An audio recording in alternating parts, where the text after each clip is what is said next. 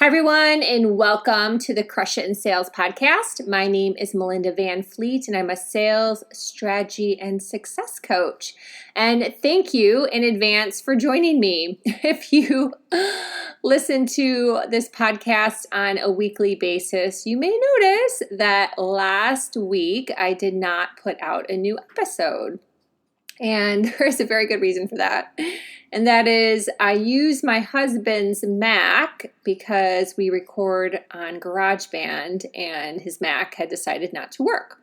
So I actually share a little bit of that story on the Good Karma Success Coach podcast that I just released with my husband. I believe it's episode 197.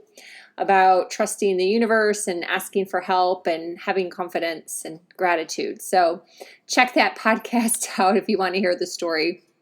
And hopefully it is something that you can put in your back pocket to remember, or at least like nod your head in agreement and validation that you have had similar instances like that happen to you too. So I ended up skipping last week. I have a lot going on, a lot of good stuff. I'm super excited and very happy and grateful and have just a lot of positive energy towards what I'm working on.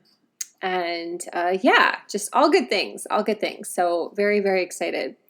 But the topic I want to talk about today is, let's say, part 2 from the last episode, which was 138, Are You Complacent? Tips on how to move forward. And in that podcast, I start talking about time management, or you can call it time maximization.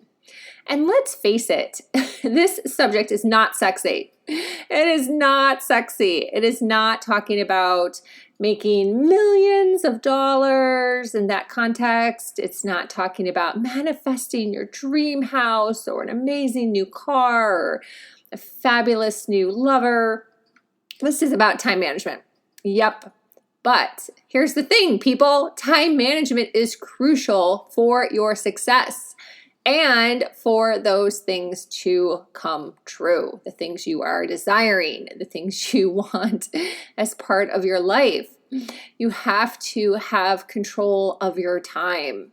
And this is a very big topic. This is a very deep topic, and one that is best worked on individually in one-on-one coaching, which I strongly believe in. However, I'd like to crack the nut in this podcast a little bit, at least, on something we call distractions. Oh yes, distractions. And I've always referred to them in my mind as delaying. How am I delaying doing what I need to be doing? What am I doing instead of doing what I need to be doing? Instead of what I need to be doing in order to move my business forward, or even like bigger things that, you just don't want to do. It can be delaying on cleaning your house. Like there's so many things that you have to get done, and often you delay. And what I've learned with Southwestern coaching is a term called creative avoidance. And I went, oh my goodness, that is genius when I first heard that, creative avoidance. Because, yep, you're creatively avoiding what you need to be doing. And I'm going to put it out there that the majority of us, unless you are some special unicorn, do this on some level. Maybe every day, maybe once a week. But you can probably all nod your head that you have done it or you do it, and or it could be both. And I even had it this morning as I was thinking about this podcast. I laughed to myself because I kind of creatively avoid starting certain parts of my day. However, what I've learned to do is put that in a time block. And that's what I want to share with you today. So what are some examples of creative avoidance? You may be already thinking of them in your head, but I'll give you some examples that I have for myself. Walking the dogs could be considered creative avoidance. Oh, I should really go walk the dogs before I sit down to start to do this. Filling my cup of water. Yep. I always like to have a cup of water. So my cup of water is halfway full. I should go get up and fill my cup of water. getting something to eat, a snack, taking the garbage out, doing the laundry. Oh, I should really go do the laundry. It looks like there's a lot of laundry. I kind of like that top. Ryan kind of likes those shorts. Maybe I should put a load of laundry in. These are all little things that hold you back from doing the activity that you need to be doing. Even if it's cleaning your house, these little things end up like taking up your time and keep you away from the bigger things. So what I have learned to do is accept them. Accept the energy around them. Because, at the end of the day, they are things that need to get done. Like I do need to walk my dogs. I do need to get some more water. I do need to do the laundry, right? And so what I do is I time batch those. And I give myself however amount of time, let's say normally an hour, and I'll be like, okay, I need to shower, I'm going to meditate, I need to take care of the dogs, I need to make sure my water is filled, I need to, do whatever little things, pay a bill, this and that. We all have them. And again, they need to be done. But I time batch them and I give myself an hour to get them done. And then I'm done. And I am the biggest advocate of time batching. I have time batched forever. It's like, oh my gosh. And I don't even know where I learned it. I don't really think I learned it from somebody, to be really honest. But I've always been a time batcher. And I've talked about it before, especially on probably some older podcasts. You can probably dig through my content. And I just believe in it. It's really magical how you can end up getting so much done in the time that you've allotted. Just in your brain, you can write it down too. You can actually put a schedule together, but even just in your brain, if you're like, oh my gosh, I'm going to get all these little things done by 8 o'clock, and then I'm ready to go. And for me, it works. It really does work. And another aspect that I use it for is in the morning, first thing. So in the morning, first thing when I get up, I make my coffee drink, I take out the dogs, so Ryan doesn't have to deal with it as he's getting ready for charters. And so I take care of all the dog situation stuff. We have 3 dogs. And then I actually go and check all my social media things. Yep. I am the opposite of what is actually taught out there from other experts and coaches. Other experts and coaches say, don't check your phone. Don't look at your phone for a couple hours and don't check your email. No, I do it right away. It does not trigger me at all. In fact, it alleviates the mind loop in my head of, oh, I need to do that, right? Because I just get it done. Because at the time in the morning, for me, it's a distraction.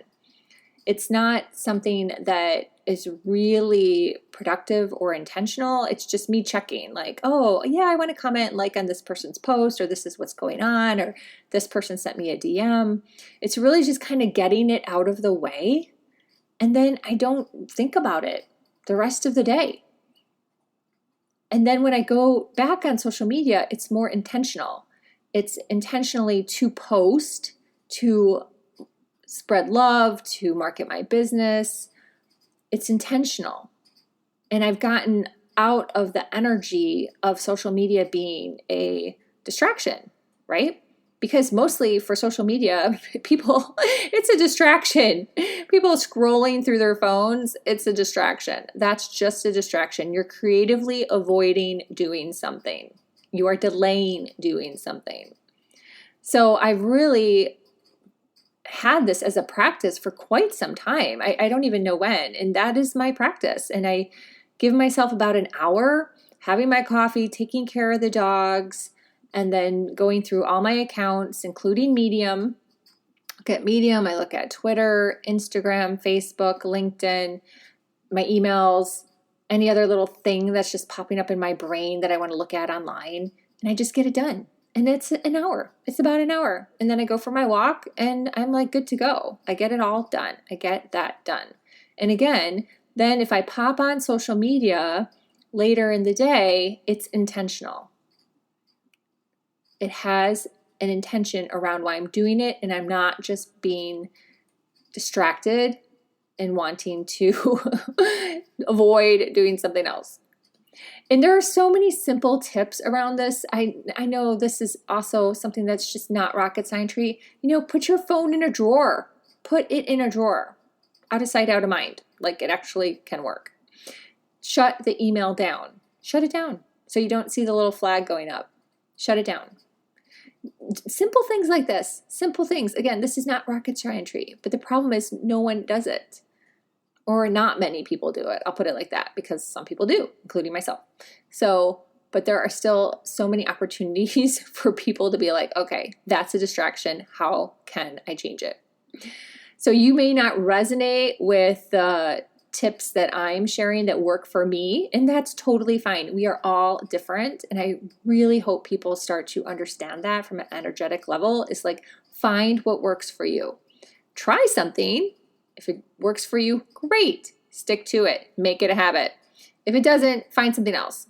But don't make excuses and delay in making that change towards the more positive. So I hope you like this podcast. This was fun to record because delaying, creative avoidance, distractions, it's something that I have had to figure out a process around. Am I 100% perfect all the time? Absolutely not. No, I'm not. Yesterday, I was prepping for a workshop, and I'm like, I should probably go get a Skinny Pop bag of popcorn. Did I really need Skinny Pop popcorn at that time? No. I just was like, I'm going to go get some popcorn. So there you go. I did it yesterday. But for the most part, I would say I would maybe give myself a 7, 8. I'm pretty good with it. But it took some work. It took work to figure out what worked for me and then to make it a habit. So that is my tip for you. Find out what works for you and then make that a habit so your day is more productive. And you'll find that you can take the hustle and the long hours out of your day if you just use your time more wisely. That's really what it boils down to. It's just using your time more wisely. You'd be surprised at how many more things you can get in the day if you just use your time more wisely. So again, time maximization is key here. So feel free to reach out. I would love to chat with you.